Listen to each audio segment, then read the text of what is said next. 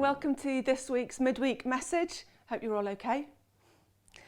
We're heading towards our gift day as a church, which is happening this Sunday. And as a run up to this, and because I'm preaching on Sunday evening, I've been thinking about God's generosity. Our own generosity is simply a response to this, so it seems a good place to start. And you get a sneak preview of what we're thinking about on Sunday. God's generosity is extraordinary generosity. Look at what Jesus did for starters. His first miracle was turning water into wine at a wedding in Cana.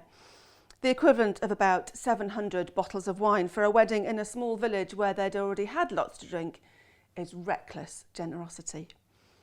And what about the feeding of the 5,000? Not only was everyone fed, but 12 baskets of food were left over. Reckless generosity. And the ultimate act of generosity. He sacrificed his life so that we might be able to get to know God for ourselves. To know how much he loves us, and knowing that some of us might choose to reject that, he did it anyway. Reckless generosity. And what do we do in the face of that extraordinary, that reckless generosity? In a way, that's not for me to say, because we don't live generous lives ourselves because of what I say or because anyone tells us to. We don't live generously because we ought to. We can only live generously because we can't help it, because we're responding to God's extraordinary generosity and because we've been transformed by that love that first loved us. Living generously is manifested in all sorts of ways. How we give of our time, how we give our attention, our talents, our possessions. And this Sunday, we're particularly thinking about how we give our money. And part of that generosity with our money is giving to the work of the church. The church has no head office that provides funding. There's no central pot of money. There is no, to coin a phrase, magic money tree. All that we have as a church comes from all that we give as a church, and all that we give comes from God in the first place. The more we give, the more we can live to make a difference. The more we can learn and grow, share Jesus and serve together. So, thank you if you already give. Thank you if you've already increased your giving ahead of gift day.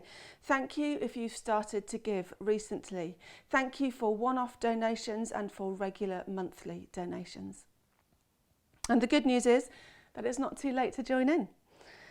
Do you remember those testimonies that we've seen recently on what we love about giving? This is our chance to be part of all that. The best way to be part of it is by responding online, and we can do that by going to our website and clicking through to the response form.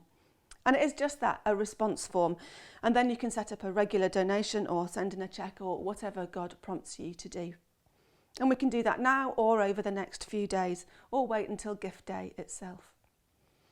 But let's not do what I say, let's do what God says. Remembering his generosity to us, let's respond as he enables us to. We can't do this on our own, and it's only the Holy Spirit that enables us to respond at all. Have a listen to this by St Anselm of Canterbury, which he wrote around the 11th century and which expresses some of this. I love this as a response to God. We can't possibly pay God back. There's no chance of that, and he wouldn't want us to anyway, but we can respond to him. So this is the prayer of praise by St Anselm. Lord, because you made me, I owe you the whole of my love. Because you redeemed me, I owe you the whole of my life. Because you have promised so much, I owe you my whole being. I owe you as much more love than myself, as you are greater than I, for whom you gave yourself and to whom you promised yourself. I pray, you, Lord, make me taste by love what I taste by knowledge.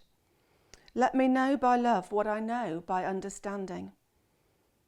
I owe you more than my whole self, but I have no more, and by myself I cannot render the whole of it to you. Draw me to you, Lord, in the fullness of your love. I am wholly yours by creation. Make me all yours too, in love.